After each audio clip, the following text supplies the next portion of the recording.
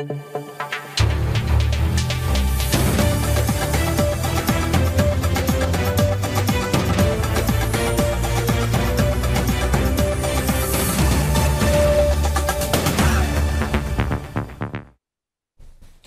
দর্শক, স্বাগত জানাচ্ছি আজকের সম্পাদকীয়তে। আমি তাজওয়ার মাহমিদ। যার যার নির্বাচনী এলাকায় প্রশাসনে যারা আছে তাদের সবাইকে আমাদের আন্ডারে আনতে হবে। আমাদের কথায় উঠবে, আমাদের কথায় বসবে, আমাদের কথায় গ্রেফতার করবে, আমাদের কথায় মামলা করবে। জামায়াত নেতা শাহজাহান চৌধুরীর এমন বক্তব্যের পর বিএনপি তার গ্রেফতার দাবি করেছে। জামায়াতের আমির ডাক্তার শফিকুর রহমান একই সময়ে বলেছেন, গণভোট ও সংসদ নির্বাচন একসঙ্গে হলে নির্বাচনী জেনোসাইড হতে পারে। বিএনপি নেতা রুহুল কবির রিজভী ক্ষুব্ধ প্রতিক্রিয়ায় বলেছেন, এটা জনগণকে হুমকি দেওয়ার শামিল। বিএনপির বিরুদ্ধেও এনসিপি ও জামায়াতের অভিযোগ, তারা প্রশাসনকে ব্যবহার করছে নির্বাচনে জয়ী হতে। নির্বাচনকালে প্রশাসন থাকার কথা নির্বাচন কমিশনের অধীনে, সেখানে প্রশাসন কবজায় আনার প্রতিযোগিতা কেন? সাম্প্রতিক রাজনীতির বিষয় নিয়ে আজকের সম্পাদকীয়, প্রশাসন থাকবে কার আন্ডারে? আর এসব নিয়ে কথা বলতে আমাদের সঙ্গে স্টুডিওতে উপস্থিত আছেন শেখ রবিউল আলম রবি, সদস্য জাতীয় নির্বাহী committee BNP, doctor Mohammad Helal Uddin, কেন্দ্রীয় কর্মপরিষদ সদস্য বাংলাদেশ জামায়াতে ইসলামী, এবং মুশফিকুস সালেহীন, যুগ্ম সদস্য সচিব ও সম্পাদক মিডিয়া সেল, জাতীয় নাগরিক পার্টি। দর্শক, আপনারা এই আলোচনায় অংশ নিতে পারেন। যদি আপনাদের ফোন করতে হবে টেলিভিশনে দেখানো নাম্বারে, এছাড়া ফেসবুকের মাধ্যমে আপনারা আমাদেরকে মন্তব্য পাঠাতে পারেন। আলোচনার শুরুতে জানিয়ে দেবো এখনকার প্রধান শিরোনামগুলো। ইনসাফের দেশ গড়তে নির্বাচনে ইমাম খতিবদের সমর্থন চাইলেন তারেক রহমান। রাজনীতিমুক্ত মসজিদ কমিটি চায় জামায়াত। সাংস্কৃতিক ফ্যাসিবাদ দূর করার তাগিদ এনসিপির। রাজনৈতিক দল ও অংশীজনের সঙ্গে আলোচনা করতে ঢাকায় কমনওয়েলথ মহাসচিব। সফরের তৃতীয় দিনে বিএনপি, জামায়াত, এনসিপির সঙ্গে বৈঠক। ফেব্রুয়ারিতে ভোট নিয়ে সংশয় নেই কোনো দলের। নির্বাচনে সরকার ও ইসিকে সহযোগিতা করবে সেনাবাহিনী। আইন শৃঙ্খলা বিবেচনায় দেশকে 3 ভাগ করেছে কমিশন। পরিস্থিতি অবনতির শঙ্কা দেখছে না সরকার। রায় জানিয়ে শেখ হাসিনাকে ফেরত চেয়ে দিল্লিকে চিঠি দিল ঢাকা, জানালেন পররাষ্ট্র উপদেষ্টা। ক্ষমতাচ্যুত প্রধানমন্ত্রীর প্লট জালিয়াতি মামলার রায় বৃহস্পতিবার।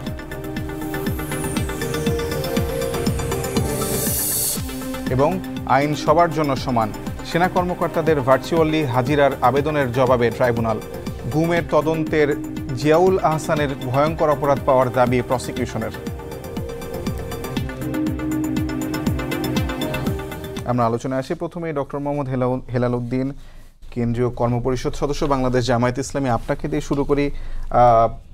গতকালকে আপনাদের দলের কেন্দ্রীয় নেতা শাহজাহান চৌধুরী তিনি বলেছেন যে নির্বাচন শুধু জনগণ দিয়ে নয়, যার যার নির্বাচনী এলাকায় প্রশাসনের যারা আছে তাদের সবাইকে আমাদের আন্ডারে নিয়ে আসতে হবে। আমাদের কথায় উঠবে, আমাদের কথায় বসবে, আমাদের কথায় গ্রেফতার করবে, আমাদের কথায় মামলা করবে। আপনারা দীর্ঘদিন ধরে লেভেল প্লেইং ফিল্ডের জন্য যে আন্দোলন করছিলেন, এটা কি সে লেভেল প্লেইং ফিল্ডের নমুনা হতে পারে কিনা? ধন্যবাদ।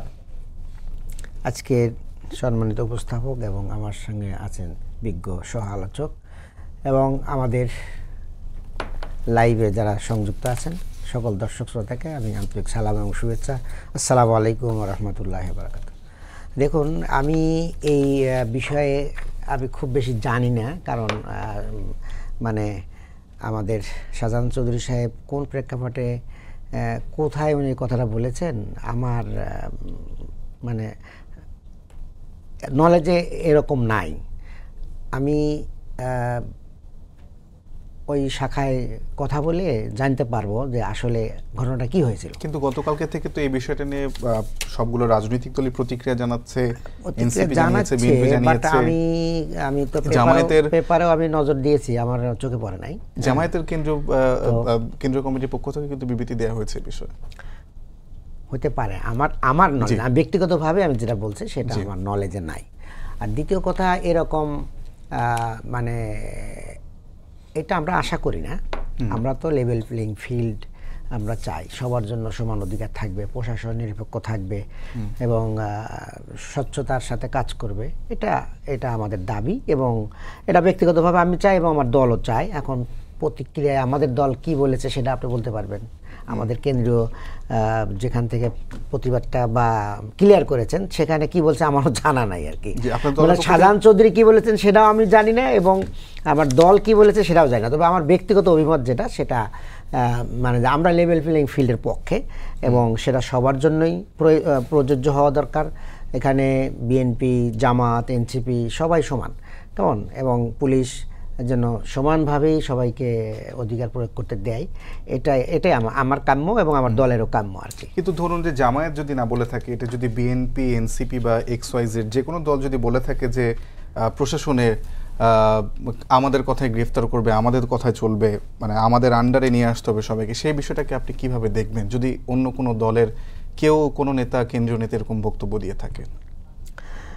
না, এটা তো স্বাভাবিকভাবেই এটা তো কাম্য নয়, কারোই তো কাম্য নয়। কোনো দল যদি বলে সেটাও আমরা তার গ্রহণ করব না, বা আমরা এটার প্রতিবাদ করব, এটা স্বাভাবিক। এই ভাষাটা কি আপনার কাছে কোনোভাবে ফ্যাসিবাদী ভাষার সঙ্গে মিল এখন আসলে আমি তো বুঝতে পারছি না, কারণ উনি কোন প্রেক্ষাপটে কিভাবে বলেছেন। কারণ উনি তো একজন সাবেক আমাদের এমপি ছিলেন, এবং উনি মহানগর আমির ছিলেন। এখন উনি মহানগর আমিরই নেই, উনি কেন্দ্রীয় কমিটির অন্তর্ভুক্ত হয়েছেন। তো আসলে উনি কীভাবে বলেছেন আমার জানা নাই, তবে বললে এটা সঠিক হয় নাই, কথাটা সঠিক হয় নাই, এবং এটা লেভেল প্লেইং ফিল্ডের মধ্যে পড়ে না। জি, অসংখ্য ধন্যবাদ। মুশফিক সালিন, আপনার কাছে একই ধরনের প্রশ্ন।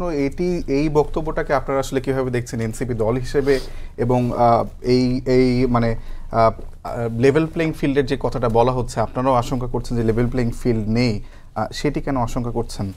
আপনার কাছে প্রশ্ন আমার। ধন্যবাদ, সালাম এবং শুভেচ্ছা যারা শুনছেন এবং আমার দুই সহ আলোচককে। দেখুন, এই ধরনের বক্তব্য তো খুবই আশঙ্কাজনক, এবং এটাকে আমরা নিন্দা জানাই এবং একই সাথে উদ্বেগও প্রকাশ করছি এই ধরনের বক্তব্যে। তবে বাস্তবতা সেটা হচ্ছে যে বক্তব্যর মাধ্যমে এই বিষয়টা এখন সামনে আসলেও গত 1 বছর ধরে আমরা বিভিন্ন ক্ষেত্রে যে বাস্তবতা দেখছি, সেই বাস্তবতা কিছুটা প্রতিফলন এই বক্তব্যে এসেছে। যে জামায়াতের নেতাদের আমরা দেখেছি যে 5 আগস্টের পর থেকেই ওনাদের বক্তব্য যতটা, নেতাদের বক্তব্য, শীর্ষ নেতাদের বক্তব্য যতটা সহনশীল বা এক ধরনের উদার গণতান্ত্রিক মনোভাবের প্রকাশ ঘটায়, কিন্তু তৃণমূলের আচরণ তার সাথে কিন্তু আমরা মিল পাই নাই, সেই আচরণটা ভিন্ন।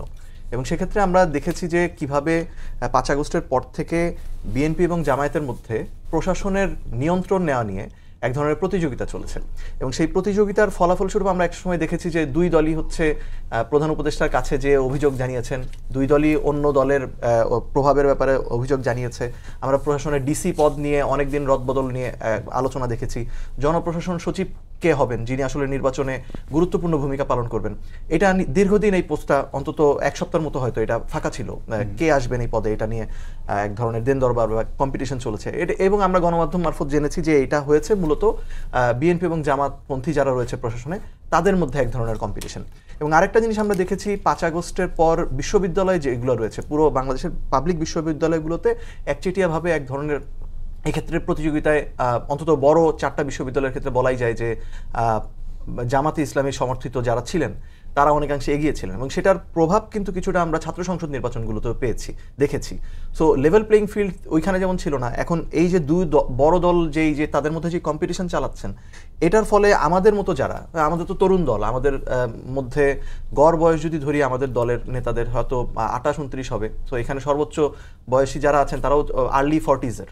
কিন্তু আপনাদের সহযোদ্ধারা যেহেতু সরকারে আছেন, তারা যখন মানে বিভিন্ন বিশ্ববিদ্যালয়ে উপাচার্য নিয়োগ করা হোক কিংবা ডিসি প্রশাসনে বিএনপি জামাতের লোকজন নিয়োগ করা হচ্ছে, সেক্ষেত্রে তো অনেকটা নিউট্রালিটি ব্যাহত হচ্ছে, এটা তো স্পষ্ট ছিল। আপনাদের যারা বন্ধুবান্ধব উপদেষ্টা হিসেবে ছিলেন, তারা আসলে এই বিষয়ে কি পদক্ষেপ নিলেন, বা আপনার কাছে সরকারের ব্যর্থতা কতটা মনে হয়? 5 আগস্টের পরে প্রথম কনসেন্ট্রেশনটা ছিল এই জায়গায় যে আওয়ামী প্রশাসন আছে, এই প্রশাসনে আওয়ামী দোসরদেরকে গুরুত্বপূর্ণ পদ থেকে সরিয়ে এখানে এমন কাউকে বসানো যাতে এই অন্তর্বর্তীকালীন সরকারকে তারা সহযোগিতা করে, অসহযোগিতা না করে। সেটা করতে গেলে আপনার অল্টারনেটিভ কি ছিল? যেহেতু আমাদের সমসাময়িকরা তো এখন হয় মাত্র চাকরিতে ঢুকেছে অথবা খুবই মানে আর্লি স্টেজের ক্যারিয়ারে আর্লি স্টেজে আছে, ওই শীর্ষ পদগুলোতে বসানোর মতো বিকল্প ছিল বাংলাদেশে আসলে ওই আওয়ামী লীগের লোকজনকে বাদ দিলে হয় বিএনপিপন্থী না হলে জামাতপন্থী। এবং সেই জায়গা থেকে ধরা যাক শুরুর দিকে হিসাবটা ছিল যে কারা ফ্যাসিবাদ বিরোধী আন্দোলনে যুক্ত ছিল তাদেরকে ওই জায়গায় হয়তো পদায়ন করা হয়েছে, কিন্তু একটা পর্যায়ে কিন্তু আমরা যে দেখেছি যে এগুলো নিয়ে কনসার্ন রেজ করা হয়েছে। এবং আমরা একটা সময় দেখলাম যে সংস্থাপন মন্ত্রণালয় সংক্রান্ত যে একটা মন্ত্রীদের কমিটি ছিল, উপদেষ্টাদের, এই কমিটিতে মাহফুজ আলম উপদেষ্টা তিনি একটা গুরুত্বপূর্ণ দায়িত্বে ছিলেন, কিন্তু পরবর্তীতে ওনাকে কিন্তু সেই দায়িত্ব থেকে সরিয়েও দেওয়া হয়েছে। এবং এটা আমরা গণমাধ্যম মারফত, বিভিন্ন আলোচনা মারফত এটা শুনেছি যে এখানে কোনো না কোনো দলের অভিযোগ ছিল যে উনি কেন এখানে আছেন। কোন দলের? এটা গণমাধ্যমে আমি যেটা পড়েছি সেটা হচ্ছে জামায়াত ইসলামের অভিযোগ ছিল, বিশেষ করে উনি যখন ওই আওয়ামী লীগ নিষিদ্ধ হওয়ার পরে জামায়াত ইসলামের রাজনীতি নিয়ে এক ধরনের স্ট্যাটাস দিলেন, তারপরেই এই ঘটনাগুলো, মানে উনি এক ধরনের চাপের মুখে পড়েছেন সরকারের মধ্যে জামাতপন্থীদের দ্বারা, এই কথাগুলো কিন্তু আমরা শুনেছি। তো যেটা হচ্ছে এক ধরনের বলবো যে বিশ্বাসভঙ্গটা কিছুটা আমাদের হয়েছে, যে আমরা আশা করেছিলাম যে 5 আগস্টের পরে একটা মেরিটোক্রেসি বেসড আমাদের অ্যাডমিনিস্ট্রেশন দেখব। আমাদের বিশ্ববিদ্যালয়ের প্রশাসনগুলোতে এমন ব্যক্তিরা দায়িত্বে যাবেন যাদের প্রশাসক হিসেবে সেই দক্ষতাটা রয়েছে, তারা দল নিরপেক্ষভাবে তাদের কার্যক্রম চালাতে পারবেন। এবং একই সাথে প্রশাসনে আমরা আশা করেছিলাম যে মেরিটের বেসে লোকজন বিভিন্ন পদে যাবে। কিন্তু আমরা এরপরে দেখেছি আসলে এখনও আগে যেমন আপনার ক্রাইটেরিয়াটা ছিল যে আগে কে আওয়ামীপন্থী, এখন ক্রাইটেরিয়া হচ্ছে কে বিএনপিপন্থী, যার যেই লাইনে, বা জামাতপন্থী, মানে যার যে লাইনে লবিং করার সক্ষমতা আছে সে সেই লাইন দিয়ে সক্ষমতা দেখাচ্ছে। এবং যেহেতু বাংলাদেশের পুরনো রাজনৈতিক দলগুলো এই চর্চাতেই অভ্যস্ত যে তাদেরকে রাজনীতিতে নির্বাচনে জিততে হলে এইখানে প্রশাসনের প্রভাব থাকতে হবে, সহযোগিতা থাকতে হবে, পুলিশের থাকতে হবে, তারা বিভিন্নভাবে এই মেকানিজম করছেন। যে কারণে এই যে দেখুন ডিসি নিয়োগ নিয়ে, ডিসি পদায়ন নিয়ে একটা বিতর্ক। আরেকটা হচ্ছে রিসেন্টলি আমরা দেখেছি নির্বাচন কমিশনে বিএনপি দাবি করেছে যে নির্বাচন কমিশনের যে কর্মকর্তারা রয়েছে তাদেরকে রিটার্নিং কর্মকর্তা হিসেবে নিয়োগ দিতে। কিন্তু এখন নির্বাচন কমিশনে যারা কর্মকর্তা হিসেবে রয়েছেন তারা যেই ব্যাচে নিয়োগপ্রাপ্ত সম্ভবত 2004-05 সময়, ওই ব্যাচটা কিন্তু পুরোপুরি বিএনপি আমলে নিয়োগপ্রাপ্ত। সো এইখানে আরেক ধরনের আশঙ্কা তৈরি হয়েছে যে রিটার্নিং কর্মকর্তারা যাতে নিজেদের দলের হন বা নিজেদের সমর্থনে থাকেন, এই একটা কম্পিটিশনও এই দুই দলের মধ্যে চলছে। সো সামগ্রিকভাবে আমরা একটা নতুন রাজনৈতিক সংস্কৃতি তৈরির যে একটা আশা করেছিলাম, সেটা কিন্তু বাংলাদেশের পুরনো রাজনীতি, যারা পুরনো রাজনৈতিক দলগুলোর পুরনো সংস্কৃতির ধারক বাহক হয়ে যারা চলছেন, এটাকে বাধা। অসংখ্য ধন্যবাদ। রবি ভাই, আপনি নিশ্চয়ই শুনছিলেন আপনার দুজন সহ আলোচকের বক্তব্য। সেখানে একদিকে আপনার কাছে দুটো প্রশ্ন মূলত হচ্ছে যে জামায়াত নেতা যে বক্তব্যটা দিয়েছেন সেটি হলো যে যার যা নির্বাচনী এলাকার প্রশাসন, যার প্রশাসনে যারা আছে তাদের সবাইকে আমাদের আন্ডারে আনতে হবে, এই বক্তব্যটাকে আপনি কিভাবে দেখেন? এটা কি আসলে আইডিয়াল সিচুয়েশন হতে পারে কিনা? এবং একই সঙ্গে আপনার সহ আলোচক এনসিপির যিনি প্রতিনিধি এখানে আছেন তিনি অভিযোগ করছেন যে বিএনপি এবং জামায়াতের মধ্যে প্রশাসনে ভাগাভাগি নিয়ে এক ধরনের প্রতিযোগিতা ছিল 5 আগস্টের পর থেকে। সেই দুইটি বিষয় যদি আপনি আপনার প্রতিক্রিয়া জানান। প্রথমত হচ্ছে শাহজাহান চৌধুরী এটা বলেছেন চট্টগ্রাম বিভাগীয় একটা নির্বাচনী সম্মেলনে, খুব গুরুত্বপূর্ণ জায়গায় বলেছেন। উনি কোনো ব্যক্তিগত নির্বাচনী প্রচারণার অংশ হিসেবে বলেননি, গুরুত্বপূর্ণ জায়গায় বলেছেন। এবং ওখানে বিভাগীয় জামাতে ইসলামের যারা দায়িত্বপ্রাপ্ত এবং কেন্দ্রীয় নেতারা ছিলেন তাদের উপস্থিতিতে উনি বলেছেন। অর্থাৎ এটা হচ্ছে প্রশাসনকে নির্বাচনে বিজয়ী হওয়ার জন্য নেতাকর্মীদের মতো ব্যবহারের একটা প্রচেষ্টা। আপনি অনেকগুলি কথা বলেছেন, শাহজাহান চৌধুরী কি বলেছে, আরেকটা কথা বলা দরকার, উনি বলেছেন পুলিশ তাদের পিছনে পিছনে চলবে। হ্যাঁ, যা বলি তাই করতে হবে, পুলিশকে এইভাবে নিয়ন্ত্রণ নিতে হবে। এটা নির্বাচনী ধরেন এক ধরনের কর্তৃত্ব প্রতিষ্ঠা, অপচেষ্টা, অথবা ধরেন এটা একটা মানে যেটাকে আমি বলতে চাই যে একটা সুস্থ গ্রহণযোগ্য নির্বাচনের যে পরিবেশ তার জন্য অন্তরায় এবং আধিপত্য প্রতিষ্ঠার জন্য একটা রাজনৈতিক দল হিসেবে নির্বাচনের আগে তার যে মনোযোগ রয়েছে এবং সেই জায়গাগুলিতে তাদের নিয়ন্ত্রণ করার যে চেষ্টা রয়েছে তার বহিঃপ্রকাশ। এবং সেটা কিন্তু গ্রহণযোগ্য নির্বাচন অনুষ্ঠিত হওয়ার ক্ষেত্রে সবচেয়ে বড় অন্তরায়। অর্থাৎ সালেহীন যেটা বলেছে সেটা যথার্থই বলেছে যে প্রশাসনে একটা নিয়ন্ত্রণ নেওয়ার যে টেন্ডেন্সি আছে জামাতের এই বক্তব্যের মধ্যে সেটা প্রতিষ্ঠিত হয়। এবং সেটা কিন্তু তিনি নেতাকর্মীদের না, অন্যান্য দায়িত্বশীল প্রার্থীদের অবশ্যই পালনীয় হিসেবে উল্লেখ করছেন, এইভাবে তিনি বলেছেন। এবং তিনি কিন্তু সাবেক একজন সংসদ, আমি যদি ভুল না করে থাকি। অর্থাৎ তার মধ্যে নির্বাচনী বিজয়ী হওয়ার জন্য যে টেন্ডেন্সিটা, হস্তক্ষেপের যে টেন্ডেন্সি, অথবা ধরেন অস্বচ্ছ প্রক্রিয়া অথবা কর্তৃত্ববাদ প্রতিষ্ঠার যে চেষ্টা, সেটা কিন্তু খুব মানে সতর্ক হওয়ার দাবি রাখে, সবাইকে কনসার্ন হওয়ার দাবি রাখে। এখন সালেহীন যে কথাটা বলছিল যে জামাত এবং বিএনপির এই চেষ্টা আছে, বিএনপি এভাবে কখনো করেছে বা এভাবে কখনো বলেছে বা এই ধরনের কোনো দৃশ্যমান প্রমাণ নেই। এটা ঠিক আছে যে ফ্যাসিবাদের দোষর যারা ছিল প্রশাসনে তাদের চলে যাওয়ার পর অথবা তাদের নির্বাচনী দায়িত্ব থেকে বাদ দেওয়ার পর অন্যরা কেউ হয়তো বিএনপির অনুসারী হতে পারে, কেউ হয়তো জামাতের অনুসারী হতে পারে, এবং নব্য যে রাজনৈতিক দলটি হয়েছে সালেহিনদের এনসিপি, তারও অনুসারী হওয়ার মতো অনেক লোক এখন আছে প্রশাসনে আছে। কারণ বাংলাদেশের রাজনীতিতে হস্তক্ষেপে আমলাতন্ত্রের একটা নজির অতীতে ছিল। 17 বছর আওয়ামী লীগ সেটাকে একটা চরমভাবে নিয়েছে বিধায় একটা মনস্তাত্ত্বিক ধারণা তৈরি হয়েছে রাজনৈতিক দলগুলির মধ্যে যে প্রশাসনে নিয়ন্ত্রণ করতে পারলেই মনে হয় উইন করা যাবে। কিন্তু মনে রাখা দরকার সেই পরিস্থিতি বিরাজ করছে না, কারণ একটা অন্তর্বর্তীকালীন সরকার আছে। 91, 96, 2001, 2008ও যদি বলি কিছুটা ব্যাপ্তির পরও ভালো নির্বাচন হয়েছে, কারণ তখন যে রাজনৈতিক দলটি অর্থাৎ তত্ত্বাবধায়ক সরকার ক্ষমতায় ছিল তার ক্ষমতা যাওয়ার মোহ ছিল না। প্রশাসন এবং নির্বাচন কমিশন নিরপেক্ষভাবে কাজ করেছে, নজির বাংলাদেশে আছে। কিন্তু 17 বছরে আওয়ামী লীগের এই প্রশাসনের ব্যবহারের যে নজির, সেটার ফলে রাজনৈতিক দলগুলির মধ্যে ওখানে একটা মনোযোগ আছে, অস্বীকার করছি না। কিন্তু আমি রাজনৈতিক দলগুলির প্রতি মানে আশ্বস্ত করতে চাই যে যেহেতু একটা অন্তর্বর্তীকালীন সরকার দল নিরপেক্ষ, প্রশাসনে যারা আছে মনস্তাত্ত্বিকভাবে কেউ না কেউ কোনো দলের প্রতি আনুগত থাকতে পারে, কিন্তু সরকার যখন নিরপেক্ষ নির্বাচন করতে চায় আর আপনার নির্বাচন কমিশন যখন একটা স্বচ্ছ গ্রহণযোগ্য নির্বাচন অনুষ্ঠানের জন্য কাজ করে অঙ্গীকারবদ্ধ হয়, তারা যদি কোনো বিশেষ দলের প্রতি আপনার কর্তৃক নিয়োগ না হয়, দায়বদ্ধ না থাকে, তাহলে নির্বাচন ফেয়ার হয়। সে নজির আছে। এই নির্বাচনও আপনার ফেয়ার হবে, নিরপেক্ষ হবে যদি রাজনৈতিক দলগুলির সহযোগিতা থাকে। একটা কথা বলা দরকার, প্রধান উপদেষ্টা নিজেই বলেছেন যে তফসিল ঘোষণার পর প্রশাসনে যে গুরুত্বপূর্ণ পরিবর্তনগুলি হবে নিরপেক্ষ নির্বাচনকে লক্ষ্য করে তা তিনি নিজেই তদারকি করবেন, নিজেই দেখবেন। প্রধান উপদেষ্টা নিজেই বলেছেন। আমি আপনাকে মাঝখানে একটা প্রশ্ন করে রাখতে চাই, সেটা হলো যে কিছুদিন আগে প্রধান উপদেষ্টার সঙ্গে যখন জামায়াতের নেতারা সাক্ষাৎ করেছেন, তারপরে তারা অভিযোগ তুলেছেন যে প্রশাসনের 70-80 ভাগই বিএনপির লোক। তো এই অবস্থায় মানে সুষ্ঠু নির্বাচন সম্ভব? আমি কি বলবো, জি, বাংলাদেশে এখন যদি বলেন 80% লোকই তো বিএনপি সমর্থন করে, 80% লোক। কারণ এই রাজনৈতিক দলটি প্রাচীন, জনপ্রিয়, বারবার নির্বাচিত এবং জন আকাঙ্ক্ষা ধারণ করে রাজনীতি করে। হ্যাঁ, অন্য রাজনৈতিক দলের অধিকার হচ্ছে, প্রতিযোগিতায় আছে, কিন্তু এখন যদি আপনি বলেন যে লেভেল প্লেইং ভোটের পরিবেশ তৈরি করতে হবে, কি লেভেল প্লেইং ফিল্ড আছে? আমি আপনাদেরকে বলছি, সব দল সমান অধিকার নিয়ে কিন্তু রাজনৈতিক প্রচার প্রচারণা করছে, রাজনৈতিক কর্মসূচি পালন করছে, সবাই তো আমরা সমান অধিকার। কোনো দল কি এখানে বঞ্চিত হচ্ছে? কথা বলার স্বাধীনতাও আছে, আবার ধরেন মাঠে রাজনীতি করার স্বাধীনতা আছে, প্রস্তুতিও সবাই নিচ্ছে, গণসংযোগও সুন্দরভাবে হচ্ছে। আমি তো লেভেল প্লেইং ফিল্ডের কোনো ঘাটতি দেখছি না। তবে হ্যাঁ, তফসিল ঘোষণার পর নির্বাচন কমিশন এবং অন্তর্বর্তীকালীন সরকার আরও বেশি দায়িত্বশীল হবে, আরও বেশি সজাগ হবে, আরও বেশি কনসার্ন হবে। অর্থাৎ ভালো নির্বাচন আমরা করতে যাচ্ছি, এ বিষয়ে রাজনৈতিক দলের সহযোগিতা দরকার। শুধুমাত্র ব্লেম করা অথবা ধরেন অন্য দলের উপর দায় চাপানোর কালচার থেকে বেরিয়ে আসতে পারলেই আমি দৃঢ়ভাবে বিশ্বাস করি জাতি একটা ভালো নির্বাচন পাবে। ছোট করে একটা প্রশ্ন, সেটা হলো যে শাহজাহান চৌধুরী তাহলে গ্রেফতার কেন চাইছে বিএনপি? এটা একটা ধরেন জাতীয় স্বার্থ পরিপন্থী বক্তব্য, এবং রাজনৈতিক দলের যে রাজনৈতিক দল নির্বাচনে অংশগ্রহণ করবে, দায়িত্বশীল রাজনৈতিক দলের নেতা হিসাবে প্রশাসনে যে খবরদারি তিনি প্রতিষ্ঠিত করবার জন্য উৎসাহিত করেন, সেটা এক ধরনের ভায়োলেন্স ক্রিয়েট করে, সেটা এক ধরনের চাপ ক্রিয়েট করে। প্রশাসনে কোনো রাজনৈতিক দলের নেতা এই ধরনের মনস্তাত্ত্বিক চাপ সৃষ্টি করার অধিকার রাখে না, এটা অপরাধ। যার জন্য বলেছেন তাকে অধিকতর জিজ্ঞাসাবাদ করে দেখা দরকার যে তিনি এই বক্তব্য দিয়ে অনৈক্য তৈরি করতে চান, নির্বাচন ভণ্ডুল করতে চান, নাকি নির্বাচনে কর্তৃত্ব প্রতিষ্ঠিত করতে চান। সেটা তদন্তের দাবি রাখে জিজ্ঞাসাবাদ করাই যেতে পারে। জি, অসংখ্য ধন্যবাদ। জনাব হেলাল উদ্দিন, আপনার কাছে আমার প্রশ্ন সেটি হলো যে জামায়াতের যিনি আমির আছেন তিনি এই বক্তব্য করেছেন গতকালকে যে একই দিনে সংসদ নির্বাচন এবং গণভোট যদি অনুষ্ঠিত হয় তাহলে নির্বাচনের জেনোসাইড হওয়ার সম্ভাবনা রয়েছে। এটি আপনারা কেন মনে করছেন? আপনার কাছে একটু বিস্তারিতভাবে জানতে চাই। দেখুন,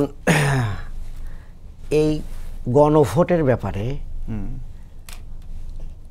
প্রথম একটা দল, অর্থাৎ আমাদের রবিউল ভাইদের দল বিএনপি একসময় গণভোট লাগবে না, জুলাই সনদের জন্য গণভোটের প্রয়োজন নাই, বা জুলাই সনদের আইনি ভিত্তির প্রয়োজনটা কি?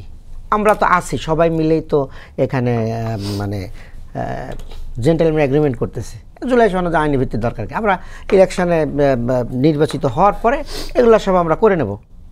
এই ধরনের একটা টেন্ডেন্সি ছিল, দীর্ঘদিন এটাকে লিঙ্গারিং করা হয়েছে।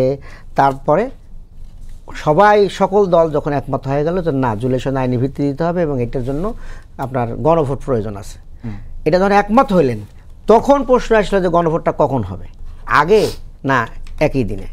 এই যে একই দিনে গণভোট যখন লাগবেই তখন একই দিনে কেন? শুধুমাত্র টাকাটাই বড় হলো? দেশের স্বাধীনতা, সার্বভৌমত্বের অস্তিত্ব এইটা বড় নাকি টাকাটা বড়? বাংলাদেশের টাকা তো আমাদের ফ্যাসিস্টরা পাচার করে দিয়ে গেছে, কোটি কোটি টাকা তারা নিয়ে গেছে, বাংলাদেশ ব্যাংক লুট করে নিয়ে গেছে। তাহলে আমাদের এখন আমাদের দেশের স্বাধীনতা, সার্বভৌমত্ব, স্থিতিশীলতা সব কিছুর জন্য যে গণভোটটা প্রয়োজন, সেইটা যদি একই দিনে দেওয়া হয়, এখানে একটা মানে গোজামিলের একটা অবস্থা আছে।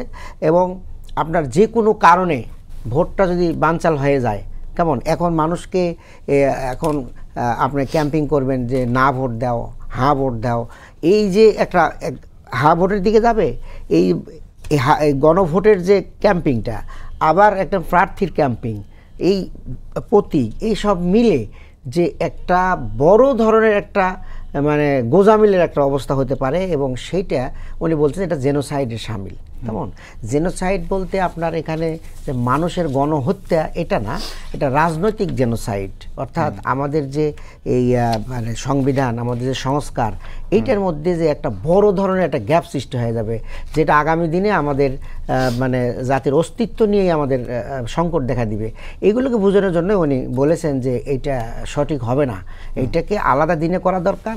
এবং এই গণভিত্তি হওয়ার পরে সেইটার উপরে বেস করে আগামী ইলেকশন হবে। আচ্ছা বলেন, আপনি বলতেছেন যে আপনার দ্বিকক্ষ বিশিষ্ট সংসদ হবে, তাই না? আপনি এখন আমি তো সেটা ভিত্তিই হয় নাই, আমি তো গাছ গাড়ার আগেই তো আমি ফল নিয়ে বসে আছি যে আমার দ্বিকক্ষ বিশিষ্ট সংসদ হবে, আমি উচ্চপক্ষ নিম্নকক্ষ হবে। তো এগুলো কোথায় পাবো আমরা? আমাদের সংবিধানে আছে? সংবিধানে নাই তো। তাহলে আপনি কোন ধারা অনুযায়ী আপনি সংবিধানের কোন ধারা দিয়ে আপনি ইলেকশন করবেন?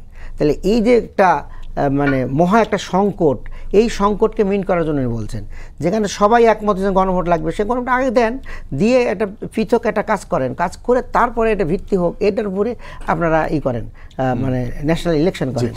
এই প্রসঙ্গে বিএনপি নেতা রুহুল কবির রিজভী তিনি বলেছেন যে জেনোসাইড করেছে হানাদাররা, আপনার হুমকি জনগণ ভালোভাবে নেবে না। জেনোসাইড করেছে হানাদাররা, ঠিক আছে, সে তো করছে, এবার হাসিনা করেনি জেনোসাইড, এটা ভুলে গেলাম আমরা।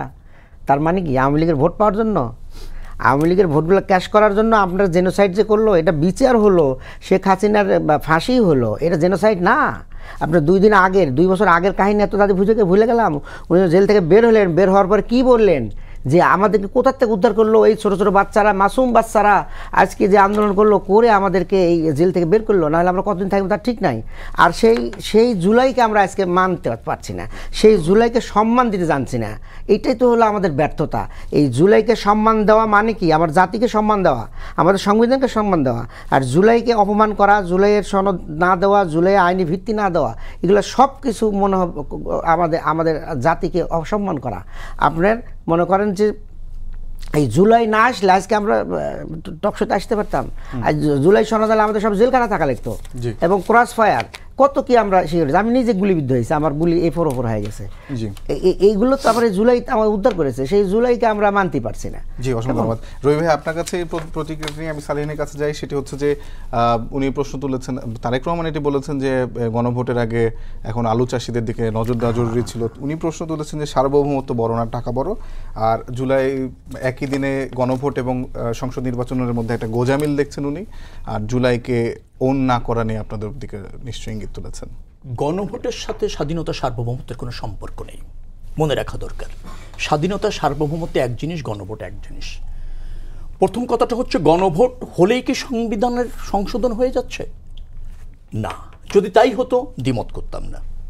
গণভোট হওয়ার পরেও আমরা এখন যে পদ্ধতিতে গিয়েছি, তারপরেও আগামী সংসদে এটা কিন্তু আপনার যুক্ত করতে হবে, পাশ হতে হবে।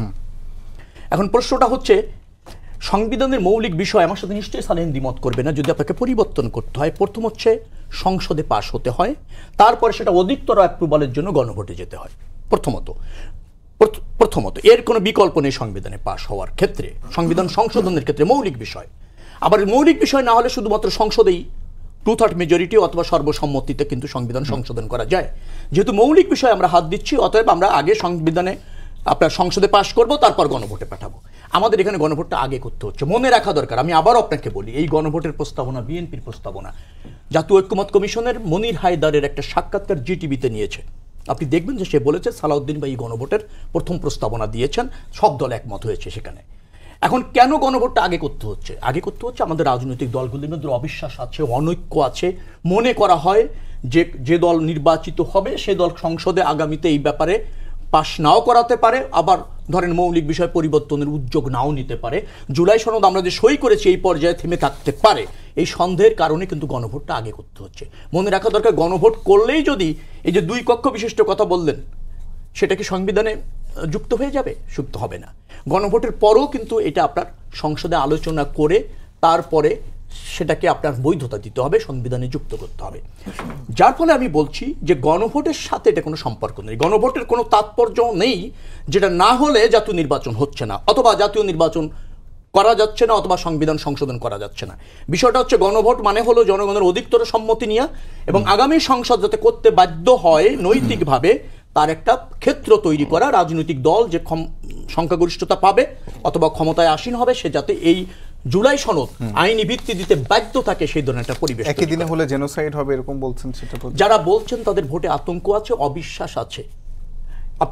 আমি তো মনে করি একই দিনে হলে সেটা আরো বেশি রাজনৈতিক দলগুলির দায়িত্ব পড়ে অধিক হারে পাশ করানোর জন্য, সমর্থন নেওয়ার জন্য। ধরে নেন কোনো কারণে 51 হলো না, অথবা 51ই হলো, আমরা একটা জাতীয় সনদ করব, 80-90% সমর্থন না পেলে সেই জাতীয় সনদ বাস্তবায়নের ক্ষেত্রে জাতীয় ঐক্যমত প্রতিষ্ঠিত হয় না। এবং সংবিধানের মৌলিক জায়গায় যখন আপনি হস্তক্ষেপ করছেন অথবা ধরেন পরিবর্তন করছেন জনগণের স্বার্থে, নতুন বাংলাদেশ বিনির্মাণের স্বার্থে, তার উপস্থিতি বা পাশ হওয়ার জনগণের অংশগ্রহণটা যত অধিক হবে তত ওটা জোরালো হবে। সেটা 80 বা 90% করতে পারলে আরো ভালো হতো। অর্থাৎ ভোটাররা যারা উপস্থিত হয় তারা সবাই যদি হা পক্ষে ভোট দেয়, তাহলে সেই সংসদের মৌলিক জায়গার পরিবর্তনটা যৌক্তিক হয়, জোরালো হয় এবং টেকসই হয়।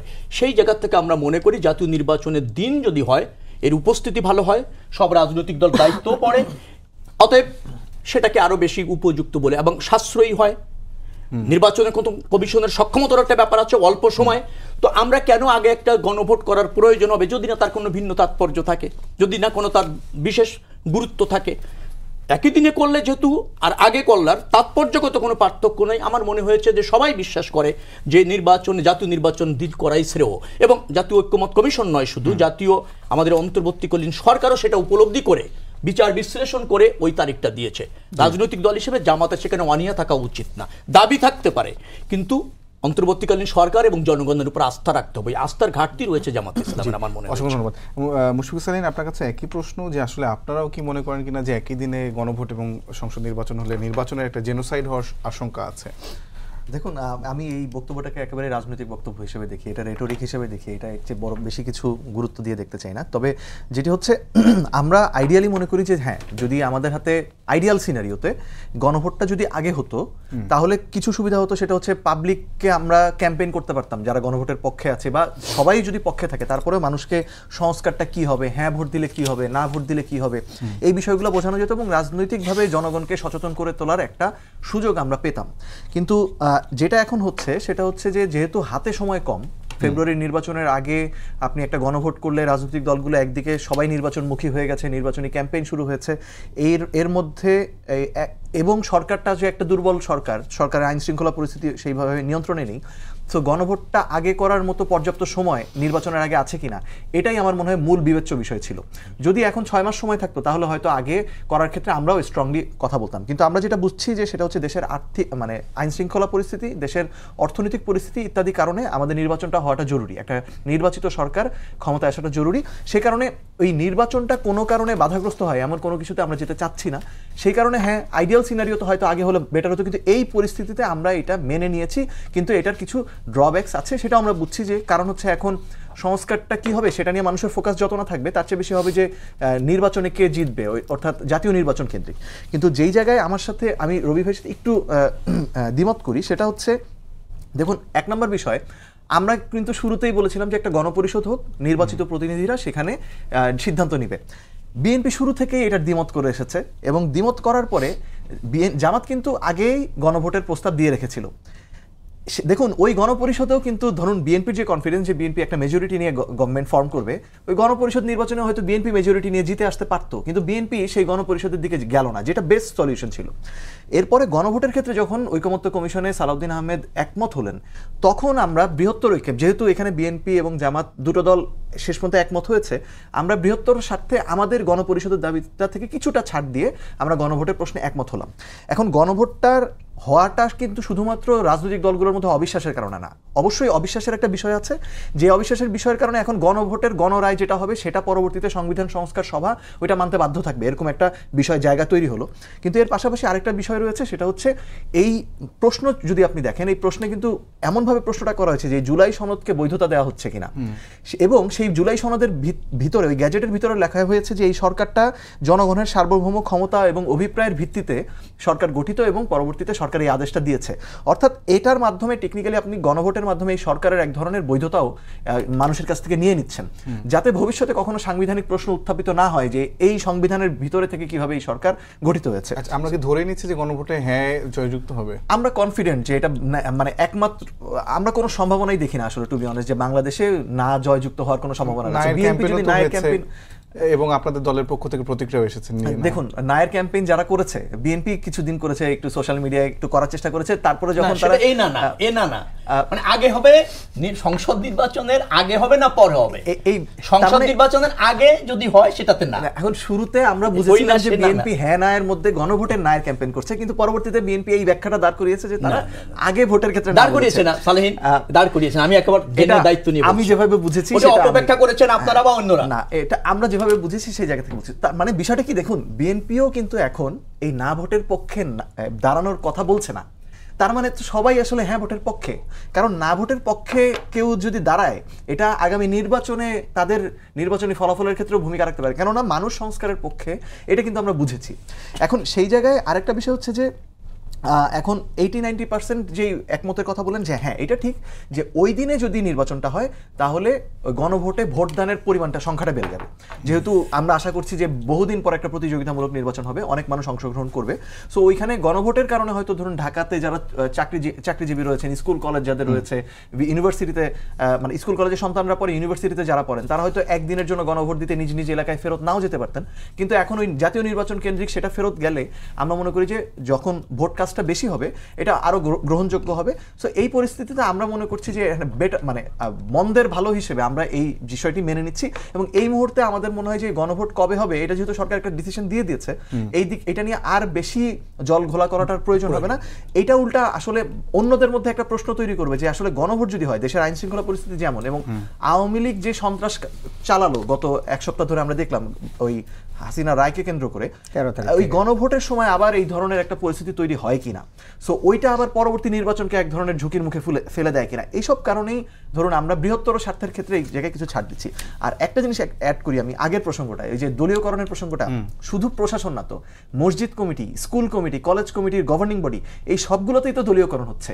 মসজিদ কমিটিতে আমরা মানে স্কুল এবং কলেজ কমিটিতে আমরা দেখছি বিএনপি জামাতের মধ্যে এলাকায় যারা প্রভাবশালী তারা চেষ্টা করছেন, মসজিদ কমিটির ক্ষেত্রে আমরা দেখছি যারা কওমিপন্থী তারা অভিযোগ করছেন যে জামাতপন্থী যারা রয়েছেন তারা কওমিপন্থী ইমামদেরকে ইমাম থাকতে দিচ্ছেন না, অথবা মসজিদ কমিটির প্রধান পদে থাকতে দিচ্ছেন না। এই অভিযোগগুলোও কিন্তু আমরা সোশ্যাল মিডিয়ায় দেখতে পাচ্ছি। অর্থাৎ এই প্রবণতাটা শুধুমাত্র নির্বাচন কেন্দ্রিক তা না, এই প্রবণতাটা একটা রাজনৈতিক সংস্কৃতির পার্ট হয়ে গেছে যে আমরা ডমিনেট করবো, আমরাই শুধু থাকবো, অন্য কেউ থাকবে না, এক ধরনের সর্বগ্রাসী রাজনীতি আমরা দেখতে পাই আর কি। সেক্ষেত্রে লেভেল প্লেইং ফিল্ডে আপনাদের আশঙ্কা আছে? লেভেল প্লেইং ফিল্ড নিয়ে তো আমাদের আশঙ্কা রয়েছে, যেহেতু সরকার আইন শৃঙ্খলার দিক দিয়ে এখনো সরকারের গ্রিপটা স্ট্রং না, তার পাশাপাশি বড় দুটো দল, দেখুন ইন্টারেস্টিং বিষয় হচ্ছে যে জামাত কিন্তু আজকে শাহজাহান চৌধুরীর বক্তব্যের নিন্দা জানায়নি, তারা বলছে তারা সমর্থন করে না ওনারা, এবং আরেকটা বিষয় হচ্ছে যে ওই এলাকায় কিন্তু জামাতের একটা স্ট্রং হোল্ড বলা যায়, মানে যেই এলাকায় তারা একটু মোর ডমিনেন্ট, সেই জায়গায় তাদের বক্তব্য কিন্তু আরো ডমিনেন্ট। মানে আমরা দেখি যে পুরো দেশ জুড়ে বিএনপি যে ধরনের বক্তব্য দেয় অনেক জায়গায়,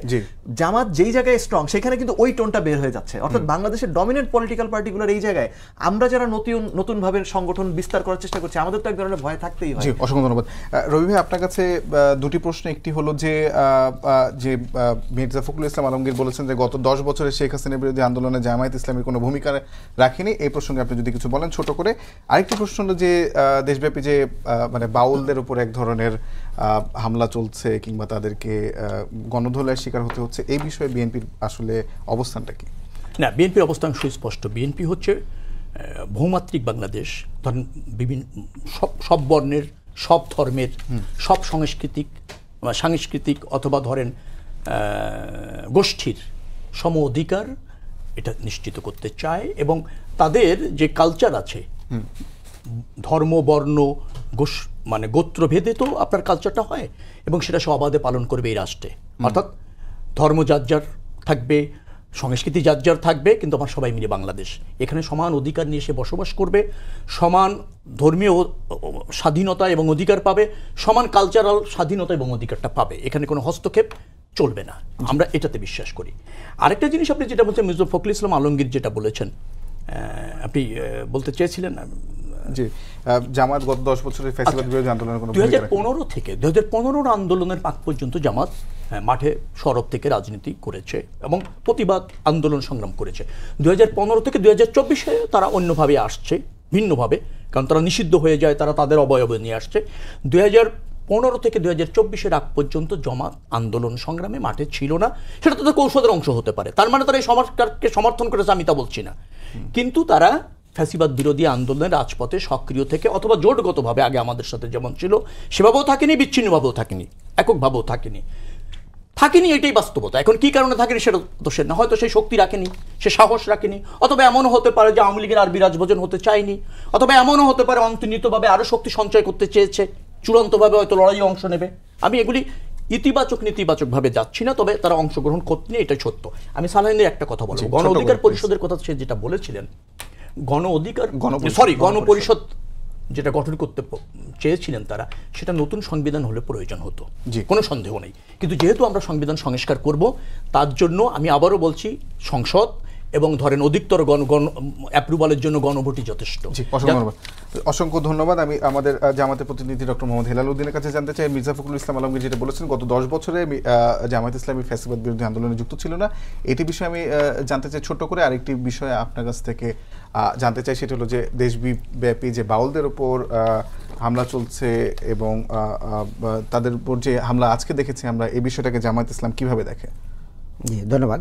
হ্যাঁ, আমি এই কথা বলবো, তার আগে দুইটা কথা বলে আসি। সেটা হলো সময় খুবই কম, তো সেটা হলো যে আমরা লেভেল প্লেইং ফিল্ডের ব্যাপারে খুবই আমরা শক্ত অবস্থানে আছি। আমরা কিন্তু প্রস্তাব দিয়েছি যে দল মত ধর্ম কিছু দেখার দরকার নাই, আপনারা লটারির মাধ্যমে নিয়োগ দেন, ডিসি এসপি যারা পাওয়ার হোল্ড করবে তাদেরকে আপনারা লটারির মাধ্যমে সঠিকভাবে নিয়োগ দেন, যার যেখানে যে পড়বে তাকে সেখানে দেন, যাতে কারো কোনো বেজ নিয়ে কারো সাথে তদবির করে ওখানে যাওয়া যে অমুকে নিয়ে আসছে আবার ইলেকশন করে দিবে, এটার দরকার নাই, আপনারা দেন। এটা গেল একটা। দ্বিতীয় হলো ভোট আতঙ্কে আমরা নাই, বুঝছেন? যারা বলেন যে আমি ভয় করতেছি না, তার মানে তারা তো ভয় করে। আমাদের এই 4টে বিশ্ববিদ্যালয়ে যে ইলেকশন হয়েছে, এতে তো প্রমাণ হয়ে গেছে যে আমরা ভোটে ভয় পাচ্ছি নাকি ভোটকে আমরা এনজয় করছি, এটা কিন্তু পরিষ্কার হয়ে গেছে। দ্বিতীয় আর একটা বিষয় আপনি যা বলছেন, মির্জা ফখরুল ইসলাম আলমগীর সাহেব উনি অত্যন্ত শ্রদ্ধেয় ব্যক্তিত্ব, ওনার প্রতি আমার সম্মান শ্রদ্ধা রেখেই আমি কথা বলছি। আমি প্রত্যেক বছরে রমজানে ওনার বাড়িতে আমি যেতাম, আমাদের সংগঠনের প্রতিনিধি হিসাবে ওনার বাড়িতে যেতাম, ইফতারি সেহেরি সহ আমরা ওনার সাথে একটু দোয়া নিতাম, গিফট আদান প্রদান করতাম। কিন্তু উনি যে কথাটা বলছেন এটা আসলে খুবই একটা বলবো যে একটা মানে অসত্য কথা মোটেই। কারণ আমি নিজে 15 সালে গ্রেপ্তার, 16 সালে আমি বের হয়েছি, 2 বছর টানা 14তে গ্রেপ্তার হয়েছি, এবারে 18তে আমার নামে মামলা হয়েছে, অসংখ্য মামলা। তাহলে আমরা কেমন হাওয়াইতে মামলা এলো কারো কাজ না করে? আমি প্রত্যেকটা আন্দোলনের সঙ্গে আমি নিজে হোল্ড করেছি, আমাদের মহানগরীর আমির সেক্রেটারি শফিকুল ইসলাম মাসুদ সহ সবগুলো নেতৃবৃন্দ আমরা প্রোগ্রাম ফেস করেছি, মামলা হয়েছে, গ্রেপ্তার হয়েছি, দিনের পর বছরের পর বছর। এরপরে হলো আমরা একসাথে আন্দোলন করেছি। ভাইয়েরা এত তাড়াতাড়ি ভুলে গেলেন, একটু বলি ভাই। 22 সালের 10ই ডিসেম্বর যে মানে গোলাপবাগে যে ইটা হলো আন্দোলন, ওনারা এর আগ পর্যন্ত আমরা একসাথেই আন্দোলন করছি। শুধুমাত্র ওই সময় বললো যে যুগপথে আসেন, আমরা সেই যুগপথেও ছিলাম। সালেহিন, এই দেশব্যাপী যে বাউলদের উপর যে ধরনের আক্রমণ হচ্ছে সেটাকে এনসিপি কিভাবে দেখে? এইটা আমরা অত্যন্ত নিন্দনীয় এবং অত্যন্ত উদ্বেগজনক। আমরা 5 আগস্টের পরে মনে করেছিলাম যেমনটা ভাই বলছিলেন, ধর্ম বর্ণ জাতি ভাষা বা যে কোনো রাজনৈতিক বিশ্বাস সেই অনুযায়ী এখানে সকলের সহাবস্থানটা থাকবে, নাগরিক মর্যাদা এবং অধিকার সকলের থাকবে। আজকে যেটা দেখেছিলাম বাউল আবুল সরকারের গ্রেপ্তারের প্রতিবাদে যে মানববন্ধন হয়েছে, এটা তাদের রাজনৈতিক অধিকার এবং এইখানে তাদের উপর যে হামলাটা হয়েছে এটা আমাদের মধ্যে নতুন আশঙ্কা তৈরি করছে। এক ধরনের ধর্মীয় ফ্যাসিবাদের মাথাচাড়া দেওয়ার একটা আশঙ্কা দেশব্যাপী অনেকের মধ্যেই তৈরি হয়েছে। এই যে অনিরাপত্তায় এক ধরনের এই যে দুশ্চিন্তা, এটা আমাদের গণ অভ্যুত্থানের যেই ফলাফল, ওই ফলাফলটাকে মানে কার ঘরে যাচ্ছে এটা নিয়ে এক ধরনের মানুষের মানে তৈরি। আমরা একটা সুষ্ঠু গণতান্ত্রিক পরিবেশ চেয়েছিলাম, উদার গণতান্ত্রিক পরিবেশ, যেখানে যে যার বিশ্বাস নিয়ে থাকবে, সেই বিশ্বাস প্রচার করবে, মতবিরোধ থাকবে, বিতর্ক থাকবে, কিন্তু কেউ কারো ওপর আঘাত করবে না, জোর জবরদস্তি করবে না, সেটা আমরা চেয়েছিলাম। কিন্তু বছর জুড়ে যে মাজার ভাঙার ঘটনা আমরা দেখেছি, দেখুন কারো মনে হতে পারে যে মাজারে যেটা হচ্ছে সেটা সঠিক না, সেটা উনি প্রচার করতে পারেন, মানুষকে মানে ইনফ্লুয়েন্স করতে বা দাওয়াত দিতে পারেন, কিন্তু জোর জবরদস্তি করাটা কোনোভাবেই সমর্থনযোগ্য নয়। এটা আমরা অত্যন্ত নিন্দা জানাই এবং এই সরকারকে আমরা বলি সরকারের কাজ এগুলো হচ্ছে না, এগুলো বন্ধ হোক বলা না, সরকারের কাজ হচ্ছে এগুলো বন্ধ হওয়াটা নিশ্চিত করা। এই সরকারের অন্যতম দুর্বলতা সরকার সংখ্যালঘুদের নিরাপত্তা। আপনাদের তিনজনকে ধন্যবাদ জানিয়ে এবং দর্শক সবাইকে ধন্যবাদ জানিয়ে শেষ করছি আজকের সম্পাদকীয়। আগামীকাল আবার দেখা হবে একই সময়। শুভরাত্রি।